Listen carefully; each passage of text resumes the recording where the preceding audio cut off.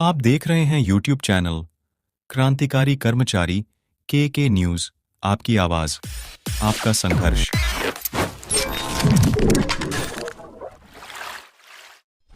कि postal ballets ये एक जानी मानी प्रक्रिया है कि चुनाव के परिणाम को एक तरफ से दूसरी तरफ ले जा सकती है।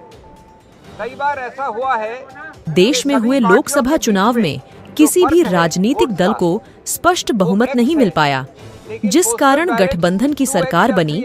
इसके लिए देश भर के राजनीतिक विश्लेषकों ने अपनी अपनी तरह से व्याख्या करके बताया कि आखिर क्यों कोई भी दल अपने बुते पर सरकार नहीं बना पाया। सभी में एक बात समान रही कि देश का सरकारी कर्मचारी अधिकारी इस बार सरकार के साथ नहीं था। हिमाचल व हरियाणा में कर्मचारियों का सरकार से टकराव इस हद तक हुआ कि सरकार द्वारा कर्मचारियों पर पानी की बौछार, लाठीचार्ज व आंसू गैस के गोले तक चलाए, जिसमें सैकड़ों कर्मचारी घायल हुए, जिसमें महिला कर्मचारी भी थी। पर कर्मचारियों का हौसला नहीं टूटा। पिछले कई वर्षों से कर्मचारी अपनी मांग पुरानी पेंशन की बहाली के लिए संघर्ष कर रहे हैं।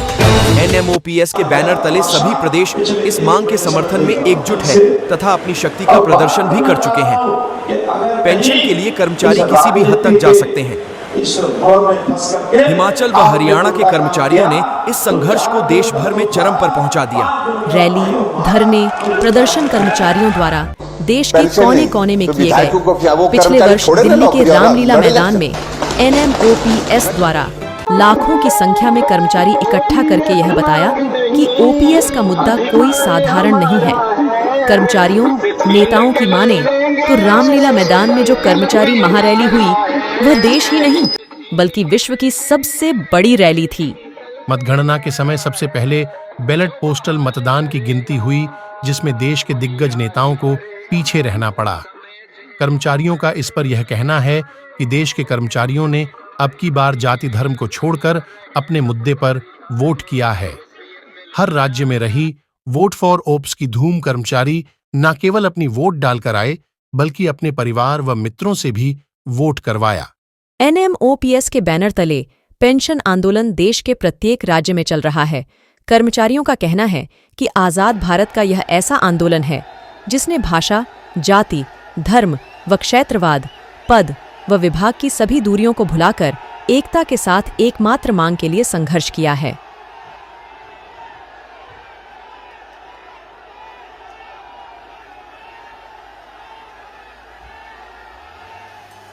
लोकसभा चुनाव में कर्मचारियों की यह एकता राजनीतिक दलों पर भारी पड़ी, जो कहते हैं कि 1% कर्मचारी सरकार ना तो बना सकते, ना ही बिगाड़ सकते। पर इस बार बड़े राजनीतिक दल भी इस गलतफहमी का शिकार हो गए।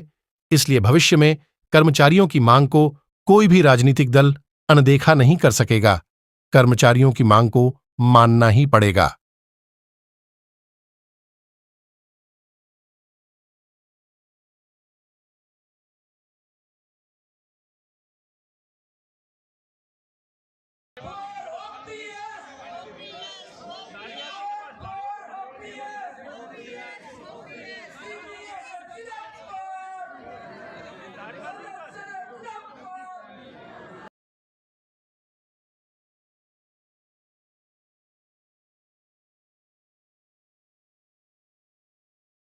इंडिया जनबंधन के सभी नेता पुरानी पेंशन की बहाली के लिए घोषणा प्रत्येक मंच व राज्य से करते रहे।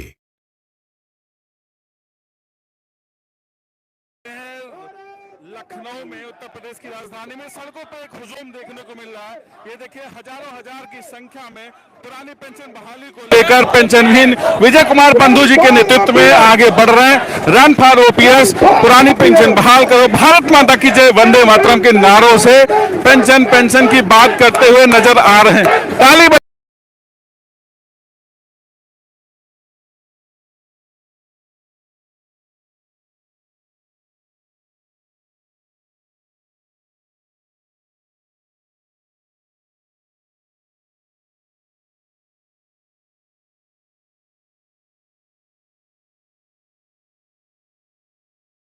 वहीं पुरानी पेंशन योजना भी बीजेपी की कम सीटें आने का कारण मानी जा रही है, क्योंकि पुरानी पेंशन नीति के कारण लाखों कर्मचारी बीजेपी से नाराज थे। आने वाले समय में जब इंडिया गठबंधन की सरकार बनेगी तो आपकी पुरानी पेंशन को भी बहाल करने का फैसला इंडिया गठबंधन की सरकार में लेंगे।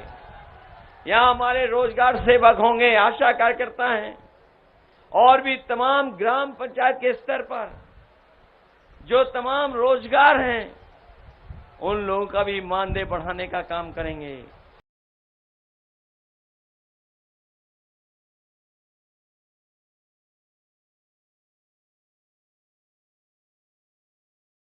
मैंने तो 9 दिसंबर को जींद के अंदर भी एक बात कही थी कि हरियाणा प्रदेश के अंदर जेजेपी की सरकार बनने के बाद पुरानी पेंशन स्कीम को जहां हम दोबारा इस प्रदेश में जो कि त्यों लागू करने का काम करेंगे, वही तमाम हरियाणा प्रदेश के कर्मचारी साथियों के लिए पंजाब के बराबर वेतन देने का भी काम साथ में करने का काम करेंगे। मगर एक वर्ग है जिस वर्ग को वो अग्निवीर अगर शहीद हो गया देश के लिए तो उसको शहीद का दर्जा भी नहीं मिलेगा, उसको उसके परिवार को शहीद का पेंशन भी नहीं मिलेगा। यहां मुख्यमंत्री जी ने ओपीएस की बात की, ओपीएस लागू हुआ। जब हम ये कह रहे थे चुनाव में कि हम अपने जहां जहां हमारी प्रदेश सरकार बनेगी ओपीएस को लागू करेंगे, भाजपा के नेताओं ने खूब बवाल उठाया कि ये लोग झूठ बोल रहे हैं, अर्थव्यवस्था में इसके लिए पैसे नहीं हैं।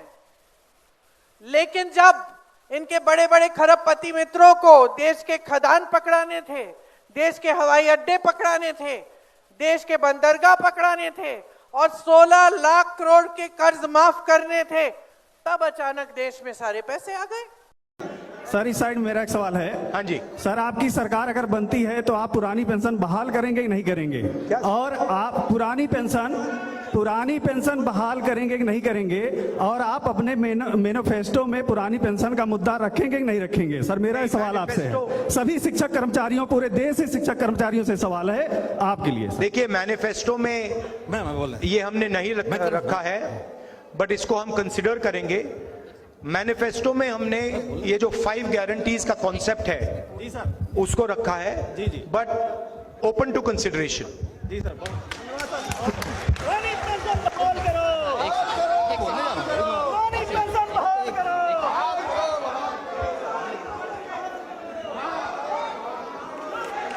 सुनाई नहीं दे रहा। हमारी सरकार आएगी तो पहली कैबिनेट में ओल्ड पेंशन स्कीम लागू करेंगे हम लोग।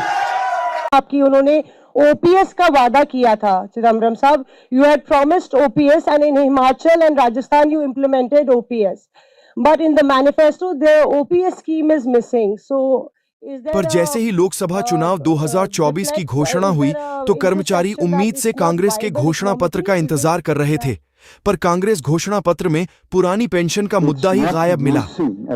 पूर्व वित्त मंत्री पी चिदम्बरम ने कहा कि सरकार द्वारा बनाई कमेटी की रिपोर्ट का इंतजार है, जिससे कर्मचारियों में भारी रोष है।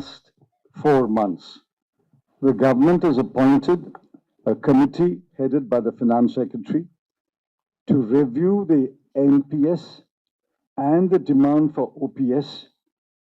इसके उपरांत NMOPS के राष्ट्रीय अध्यक्ष विजय बंधु का महत्वपूर्ण बयान आया। उन्होंने कहा कि राजनीतिक दल नहीं, हमारा मुद्दा महत्वपूर्ण है। संघर्ष के जो कर्मचारी हैं उनकी मांग आती है वे ओल्ड पेंशन स्कीम लागू करो, तो हमने पहले कह दिया था, वो हमारी फर्स्ट राजस्थान में करवाया हमने लागू, हिमाचल में करवाया, छत्तीसगढ़ में करवाया। पहली कैबिनेट मीटिंग में ओल्ड पेंशन स्कीम लागू करेंगे और इंतजाम करेंगे। अग्निवीर योजना को बंद करके जितनों बच्चों को लिया गया उनको सबको पहले 100 दिन के अंदर पक्का करेंगे और उसके बाद पक्की नौकरी हुआ करेगी आर्मी के अंदर, ये अग्निवीर नहीं होगी। जिस जमीन पे तो ये सारी चीज़ें हैं, इनका मैं दिल्ली को पूर्ण राज्य का दर्जा दिलाया जाएगा, ओपीएस लागू किया जाएगा, ओल्ड पेंशन स्कीम। कि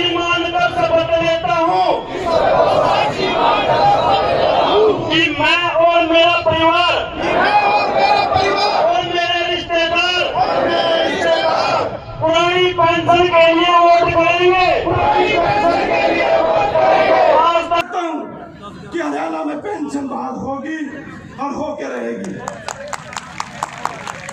हिमाचल प्रदेश में भी एक ऐसी सरकार थी जो कहती थी अगर ओपीएस चाहिए तो चुनाव लड़िए। किसके साथी ने वो बयान सुना? क्या आप सभी ने सुना है? अगर आप सभी ने वो बयान सुना तो हमने एक रणनीति बनाई कि जब कर्मचारियों को पेंशन नहीं तो विधायकों को क्या वो कर्मचारी छोड़े ना नौकरी और लड़े इलेक्शन? मतलब मेरा कहने का अभिप्राय मैं बड़ा सीधी से बात कह देता हूँ कई बार। अगर कोई अगर ऐसा महसूस करता है कि वो कि भाई वो नौकरी छोड़ करके वो आए चुनाव लड़े, स्वागत है। साथ ही कुछ नेता और उनको भी पेंशन की हकदार हो जाएंगे। चुनाव के बाद कर्मचारियों को देख लेंगे, हमारी पहली कैबिनेट हुई और अधिक नाराज हुए। पहली ही कैबिनेट में हमने 1,36,000 कर्मचारियों को आर्थिक तंगहाली के बाद भी उन्हें ओल्ड पेंशन स्कीम से नवाजा। लेकिन मैंने राजनीतिक लाभ के लिए कभी राजनीति नहीं की और हमने उन्हें एक ही महीने में ओल्ड पेंशन स्कीम देकर अपनी इच्छा शक्ति का इजहार किया।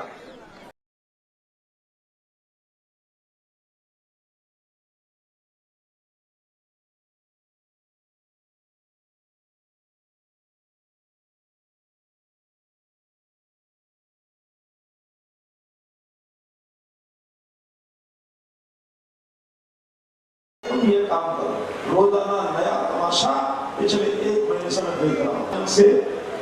और बात करना चाहता हूँ कि अगर कहीं इस राजनीति के इस दौर में फंस करके आपने उल्टा काम किया तो 4 जून तक तो था, 5 जून के भाइयों हमारा है कि ये तो बौखलाहट है जिसमें से ये उल्टे सीधे बयान दे रहे हैं। और मैं उस बयान पर आज भी कायम हूं। मैंने स्टेज से बयान दिया कि कुछ कर्मचारी, क्योंकि कर्मचारी बहुत बड़ी संख्या में 3-3.5 लाख, अब मैं सबके बारे में नहीं कहा, लेकिन ऐसे कर्मचारी जो पॉलिटिकली एफिलिएशन दिखाते हैं अपने, ऐसे लोगों की पहचान भी हो रही है। बल्कि उसमें से कुछ लोगों को हमने सस्पेंड भी कर दिया है, नोटिस दिया है। उस नोटिस के बाद उनका जो भी उनके खिलाफ कार्रवाई करनी होगी करेंगे। लेकिन चूंकि सारा कुछ एम्प्लॉइज हर बूथ के ऊपर उनका एक सिस्टम होता है, वहाँ कांग्रेस के लोगों के लिए बहुत कुछ किया जा सकता है। एम्प्लॉय गड़बड़ करने पर आ जाए, मैंने है उसकी बौखलाहट साफ नजर आ रही है। पहले आपने देखा होगा 9.5 साल तक जो भी वर्ग उनके पास अपनी कोई मांगों को लेकर गया, अपने अधिकार की मांग करने के लिए गया, चाहे कर्मचारी गया, किसान गया, मजदूर गया, बेरोजगार गया, उनके ऊपर लाठी डंडे और आंसू गैस के गोले चलाने का काम किया। आज जब वो वर्ग अपनी नाराजगी वोट के माध्यम से दिखा रहा है तो वो बौखलाहट पूर्व सीएम की जो बयान है और उनकी धमकियों में साफ नजर आ रही है। पहली बात तो ये कि कर्मचारियों ने हमेशा ईमानदारी से चुनाव करवाने का काम किया है। जब से भारत और हरियाणा के भारत देश के अंदर चुनाव होते आए हैं, हमेशा पूरी ईमानदारी से कर्मचारी अधिकारी अपना चुनाव कार्यों को निर्वहन करते हैं। और इस बार भी हरियाणा प्रदेश के तमाम कर्मचारियों अधिकारियों ने अपनी जो चुनाव ड्यूटी है बड़ी ईमानदारी से और बिना किसी पक्षपातपूर्ण रवैये के अपने चुनाव को पूरा कर जो कि हम बहुत पहले से, चाहे हमारी 11 फरवरी की रैली हो जिनके अंदर वह हमने घोषणा की थी कि चुनाव आचार संहिता लगने से पहले अगर हरियाणा और भारत सरकार देश और प्रदेश के अंदर पुरानी पेंशन बहाल नहीं करती तो निश्चित तौर पर हम वोट फॉर ओपीएस की मुहिम को न केवल हमारे कर्मचारियों, अधिकारियों और हमारे परिवारों के बीच में लेकर जाएंगे बल्कि जन जन तक लेकर जाएंगे।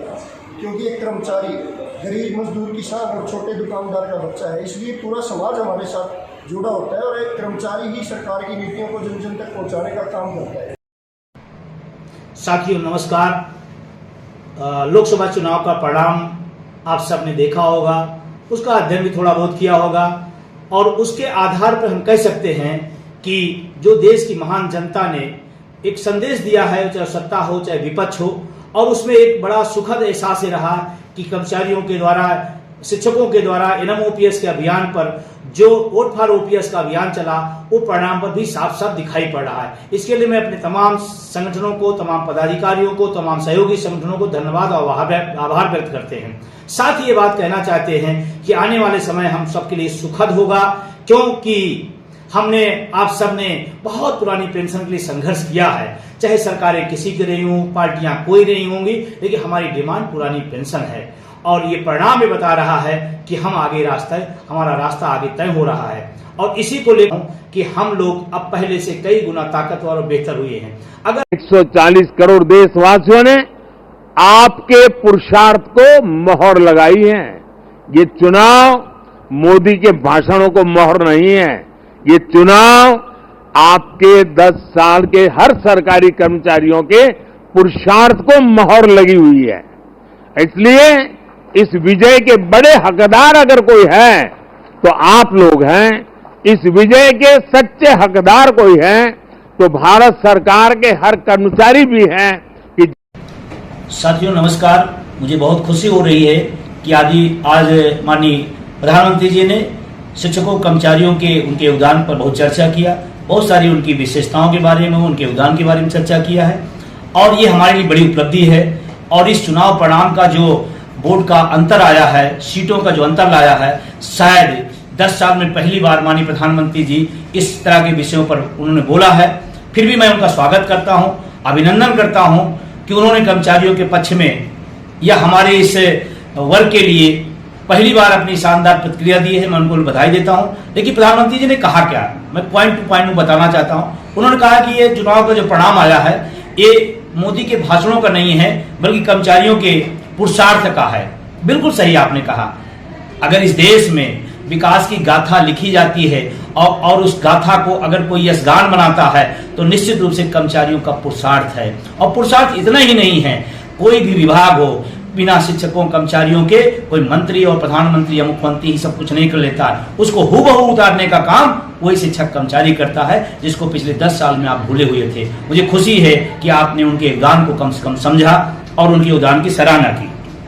आपने एक बात और कही कि उसके सबसे बड़े हकदार, सबसे बड़े और सच्चे हकदार सरकारी कर्मचारी हैं। ये भी बात बिल्कुल आपकी सही है।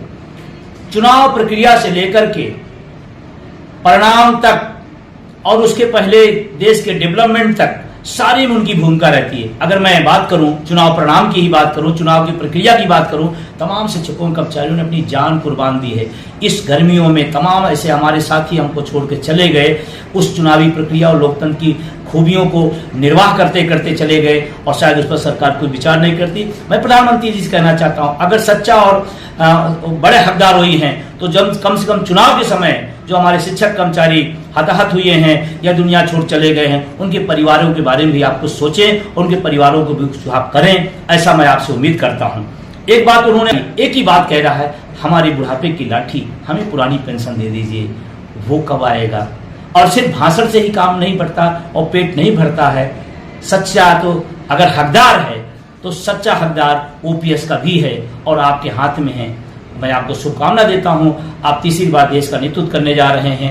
एक बड़ा तोहफा उन शिक्षकों कर्मचारियों को दीजिए जिनको आपने कहा कि उनका बहुत बड़ा पुरुषार्थ है, विजन के लिए काम कर रहे हैं। तो कम से कम सरकार और माननीय प्रधानमंत्री जी आप भी उनके लिए काम करें और उसका सबसे बड़ा उदाहरण होगा ओल्ड पेंशन की बहाली, जो उनका हक है, जो उसके पहले उनको मिलता रहा है।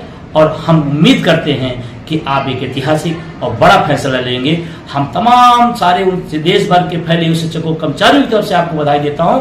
देश भर के पेंशन आंदोलन व सरकारी कर्मचारियों की खबरों से जुड़े रहने के लिए चैनल को सब्सक्राइब अवश्य करें तथा बेल आइकन बटन अवश्य दबाएं।